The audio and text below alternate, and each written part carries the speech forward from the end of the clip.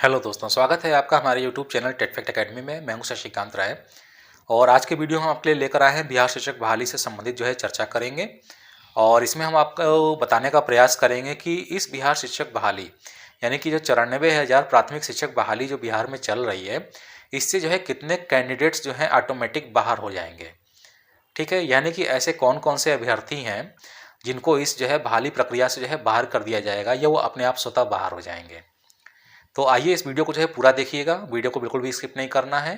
ठीक है, ताकि आपको सारी इन्फॉर्मेशन मिल सके, आप इसके बारे में आश्वस्त हो सकें। तो ये मेरा मतलब एक आपसे हमेशा रिक्वेस्ट रहा है कि जो भी अभ्यर्थी हमारे चैनल पे नए हैं, हमारे चैनल को सब्सक्राइब कर लीजिएगा, क्योंकि होली तक मेरा टारगेट है 1 लाख सब्सक्राइबर कंप्लीट करने का। तो प्लीज़ आप लोग बिल्कुल हमारे चैनल को सब्सक्राइब कर लीजिएगा, क्योंकि हमारे चैनल पे इस प्रकार के बहुत सारे वीडियो जो कि बिहार शिक्षक बहाली से संबंधित हैं ऑलरेडी अपलोड भी हैं, और हम आपको समय समय पे मार्गदर्शन या जो सलाह है वो आपको देते रहते हैं। इसके साथ ही हमारे वीडियो में हमारे चैनल पे कट ऑफ के भी वीडियो आते हैं, तो आपको काउंसलिंग के कट ऑफ भी उससे पता चल जाते हैं। तो चलिए चैनल को सब्सक्राइब कर लीजिएगा। और जो अभ्यर्थी सीटों के बारे में जानना चाहते हैं, उनके भी वीडियो मेरे चैनल के प्लेलिस्ट बिहार शिक्षक बहाली 2019 के रोस्टर में अपलोड कर दिए हैं, वहाँ से आप सीटों का ब्यौरा भी जान सकते हैं। ठीक है, तो आज का जो वीडियो है वो बिहार शिक्षक बहाली जो कि 94,000 पदों के लिए होनी अभी बाकी है, यानी कि आवेदन वगैरह सारी प्रक्रिया कंप्लीट हो चुकी है, बस काउंसलिंग का शेड्यूल बाकी होना जारी होना बाकी है। ठीक है, तो उसके बारे में है। और यहाँ पे हम बात करेंगे कि कौन कौन से ऐसे अभ्यर्थी हैं जो ऑटोमेटिक इस बहाली से बाहर होने वाले हैं। तो यहाँ पर जो लेटेस्ट अपडेट है, सब लोग जानते हैं कि बिहार टेट वर्सेस सीटेट का केस चल रहा है। उसका डिसीजन क्या होगा ये भी हम आपको पहले वीडियो में बता चुके हैं कि संभावना यही है, अनुमान मेरा यही है। वैसे 101% मेरा अनुमान यही है कि बिहार टेट वाले केस हार जाएंगे, क्योंकि विज्ञापन में ऐसी कोई चीज़ लिखी नहीं गई है। ठीक है, तो कौन कौन से अभ्यर्थी इस बार बिहार शिक्षक बहाली से बाहर होने वाले हैं, इसमें सबसे पहले जो अभ्यर्थी आते हैं वो आते हैं उम्र वाले। एज ग्रुप को लेकर के सबसे बड़ा फैक्टर है, जहाँ पर छूट दी गई थी करीबन 10 साल तक की। 10 साल तक की छूट एज में दी गई थी, और सब लोग जानते हैं कि जो अधिकतम उम्र थी बिहार शिक्षक बहाली में भाग लेने की वो 40 साल थी। ठीक है, और 10 साल तक की छूट मिली थी, वो भी कुछ कंडीशन के साथ मिली थी। ये भी नहीं थे कि वो 10 साल की छूट सारे अभ्यर्थियों के ऊपर लागू होती है, ऐसा भी नहीं था। वो कुछ कुछ निश्चित अभ्यर्थियों को वो 10 साल की छूट दी गई थी, सबके लिए ऐसा नहीं था। ठीक है, तो ये आप ध्यान रखिएगा कि जिनकी उम्र पूरी हो चुकी है, जिनकी एज पूरी हो चुकी है, वो इस शिक्षक बहाली से अपने आप बाहर हो जाएंगे। उनको किसी भी प्रकार से काउंसलिंग में बैठने का मौका नहीं मिलेगा। पहली बात तो बिल्कुल स्पष्ट है, और आपको ये समझ में आ भी गया होगा कि जिनकी एज पूरी हो चुकी है इस बहाली प्रक्रिया को लेकर के, वो इस बहाली प्रक्रिया से स्वतः बाहर हो जाएंगे। उनको नहीं बैठने दिया जाएगा, क्योंकि ये नियम हर जगह लागू होता है। तो बिल्कुल ये कन्फर्म है कि जो एज एक्सपायर हो जाएगी, जैसे आपने अभी देखा जो सिविल सर्विस का जो नोटिफिकेशन है उसमें आपने देखा कि कोविड के आधार पे जिनका एज एक्सपायर हो रहा था मांग की गई थी, लेकिन सुप्रीम कोर्ट में वहाँ से खारिज हो गया, उन्होंने मना कर दिया। उन्होंने कहा कि उन्हीं लोग को ये लाभ मिलेगा जिनका अटेम्प्ट छूटा है और साथ में उम्र बाकी है। तो यहाँ पर भी ये ध्यान देने योग्य बात है कि बिहार शिक्षक बहाली में भी जिनकी एज एक्सपायर हो चुकी है वो किसी भी तरीके से यहाँ पे बहाली के पात्र नहीं होंगे, तो वो ऑटोमेटिक बाहर हो जाएंगे। और इसमें ज़्यादातर जो कैंडिडेट बाहर होंगे वो जो पुराने कैंडिडेट हैं 2011-12 से जो बहाली में भाग लेते आ रहे हैं और जिनकी मेरिट कम है, उनके बाहर होने की पूरी संभावना है। ठीक है, अब आइए बात कर लेते हैं कि दूसरा वो व्यक्ति कौन है, अभ्यर्थी कौन है जो इस बिहार शिक्षक बहाली से बाहर हो सकता है। तो यहाँ पर हम बात करेंगे बिहार टेट 2011 की।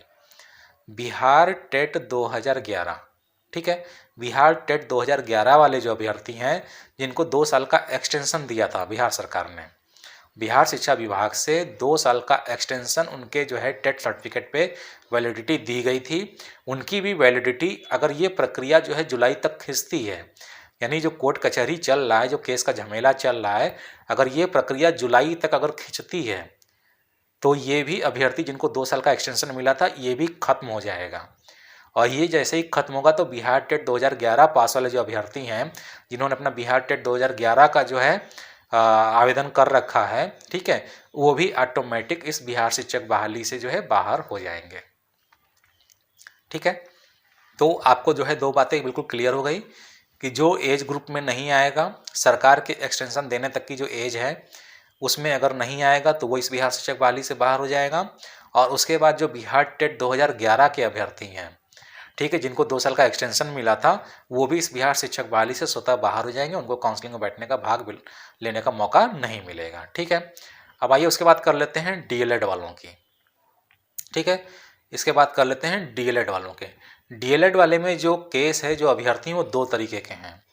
डीएलएड वाले में जो है 2 तरीके के अभ्यर्थी हैं। ठीक है, पहला अभ्यर्थी वो है जिसने दिसंबर सीटेट का जो है सर्टिफिकेट लगा करके डीएलएड के नाम पे आवेदन किया हुआ है। ठीक है, दिसंबर सीटेट का सर्टिफिकेट लगा करके डीएलएड के नाम पे आवेदन किया हुआ है। और अभी भी ऐसे सारे अभ्यर्थी हैं जो दिसंबर सीटेट केस खारिज हो जाने के बाद भी उनके लिस्ट में नाम बने हुए हैं। ठीक है, तो ये सरकार जो है खुद देख लेगी कि दिसंबर सीटेट 2019 के जो भी अभ्यर्थी होंगे, जब वो काउंसलिंग के दौरान अपना सर्टिफिकेट लेके जाएंगे तो वो ऑटोमेटिक वहाँ से बाहर कर दिए जाएंगे। क्योंकि दिसंबर सीटेट 2019 का जो केस खारिज हुआ है उसमें स्पष्ट रूप से कहा गया है कि दिसंबर सीटेट 2019 का जो भी अभ्यर्थी है उसका आवेदन इस बहाली में जो है पात्र नहीं है। ठीक है, और वो चाहे बीएड का हो, चाहे बीटीसी का हो और चाहे डीएलएड का हो। यानी कि दिसंबर सीटेट 2019 वाला कोई भी अभ्यर्थी, चाहे वो प्राइवेट से डीएलएड किया हो, चाहे रेगुलर से डीएड किया हो, चाहे बीएड किया हो प्राइवेट चाहे रेगुलर, और चाहे बीटीसी किया हो प्राइवेट चाहे रेगुलर, वो सारे लोग भी यहाँ से बाहर हो जाएंगे। ठीक है, उसके बाद बात कर लेते हैं ऐसे अभ्यर्थियों की जो डीएलएड प्राइवेट वाले हैं और कुछ डीएलएड रेगुलर वाले हैं और जिनका जो सेशन है वो 2018 वाला था। यानी 2018, 19, 20 2 साल का होता है ना। डीएलएड का जो कोर्स होता है शायद वो 2 साल का होता है। ठीक है, मुझे कंफर्म नहीं है, आप कमेंट बॉक्स में जरूर करिएगा। 18 महीने वाला ही केस चल रहा था, जो लफड़ा हम लोग के यहाँ फंसा था डीएलएड वाला, तो उसको जो है अलाउ किया गया था। 2 साल का जो है कोर्स जो है ये डीएलएड का होता है। ठीक है, तो 2018 से ये शुरुआत हुई थी डीएलएड की। प्राइवेट एनआईओएस डीएलएड वाले जो शुरुआत हुई थी वो 2018 से हुई थी। तो बिहार टीटी का जो परीक्षा हुआ था 2017 में भी हुआ था शायद, और एक शायद 2018 में हुआ था। ठीक है, इसके बारे में भी आप कमेंट में हमको जो है बताइएगा। वैसे हम अपना सर्टिफिकेट देख लेंगे, ठीक है, कि मेरा 2017 का है कि 18 का है, वो भी हम देख लेंगे। तो ये जो है आप ध्यान रखिएगा कि बिहार टेट 2018 या बिहार टेट 2017 का कोई अभ्यर्थी ने पहले से ही अगर परीक्षा में मतलब गलत इन्फॉर्मेशन दे के बैठा हो और उसने वो परीक्षा पास करके सर्टिफिकेट प्राप्त किया हो, और वो डीएलएड का अगर अभ्यर्थी है, चाहे रेगुलर हो चाहे प्राइवेट हो या चाहे बीएड का भी हो, वो भी इस बिहार शिक्षक बहाली प्रक्रिया से बाहर हो जाएगा। ठीक है, यानी कि डीएलएड जिनका सेशन जो है 2018 से चल रहा है, 18, 19, 19, 20, ठीक है, उनके पास अगर जो है 2018 के आसपास की या उससे पहले की अगर टीटी का सर्टिफिकेट है तो वो भी इस जो है बहाली में जो है पात्र नहीं है, बिल्कुल वो अयोग्य हैं। क्योंकि एनईसीटी की जो है गाइडलाइंस थी वो बिल्कुल क्लियर थी कि आप जब फाइनल सेशन में आते हैं, जब आप फाइनल सेशन में आते हैं तभी आपका जो है आप सीटेट के एग्ज़ाम में बैठ सकते हैं या फिर आप जो है राज्य का जो टेट परीक्षा होता है उसमें बैठ सकते हैं। उससे पहले नहीं बैठ सकते हैं। अगर उससे पहले होता तो फिर जो है कोई भी बैठ सकता था अपना एडमिशन दिखा के कि हम एडमिशन लिए हुए हैं लेकिन हम नहीं पढ़ पाए, उसमें बहुत सारी चीज़ें हैं। तो फाइनल ईयर वाले जो सेशन होते हैं उन्हीं को ज़्यादातर वैलिड माना जाता है। तो ये भी अभ्यर्थी जो है बिल्कुल ये बाहर होने वाले हैं। ठीक है, उसके बाद जो अभ्यर्थी बचते हैं जो इस बिहार शिक्षक बहाली से बाहर होंगे, वो सारे अभ्यर्थी हैं वही प्राप्तांक पूर्णांक में हेरफेर करने वाले या फर्जी सर्टिफिकेट लगाने वाले। ठीक है, तो ये सारे अभ्यर्थी जो है लास्ट में बाहर हो जाएंगे। तो कुल मिला जुला करके कि सबसे पहले जिनकी उम्र ज़्यादा हो रही है वो बाहर हो जाएंगे। ठीक है, बिहार टेट 2011 का सर्टिफिकेट वाला उनका 2 साल का एक्सटेंशन खत्म जाएगा, वो भी बाहर हो जाएंगे। डीएलएड दिसंबर सीटेट 2019 वाले जो लिस्ट में नाम है वो बाहर हो जाएंगे। उसके बाद जो दिन का डीएलएड का जो सेशन 2018 वाला था, 18, 19, 19, 20 था, उनका जो आपका चल रहा था सर्टिफिकेट अगर वो लिए होंगे 2017 बिहार टीटी का या 2018 बिहार टीटी का, तो वो भी बाहर हो जाएंगे। उसके बाद जो फर्जी अभ्यर्थी हैं वो बाहर हो जाएंगे। तो उम्मीद है कि आपको सारी बातें समझ में आ गई कि बिहार शिक्षक बहाली में किन अभ्यर्थियों को बाहर कर दिया जाएगा।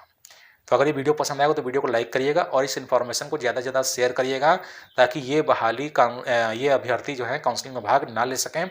और जैसे ये भाग लेते हैं आपको बिल्कुल वहाँ पे कंप्लेन करना है, तैनात रहना है, नहीं तो आपकी नौकरी नहीं लगेगी। ठीक है, तो इस वीडियो को ज़्यादा से ज़्यादा शेयर करिएगा और जो अभ्यर्थी हमारे चैनल पर नए हैं चैनल को सब्सक्राइब कर लीजिएगा। तो जल्दी मिलते हैं अपने नए वीडियो के साथ में, तब तक के लिए इजाज़त दीजिए। धन्यवाद।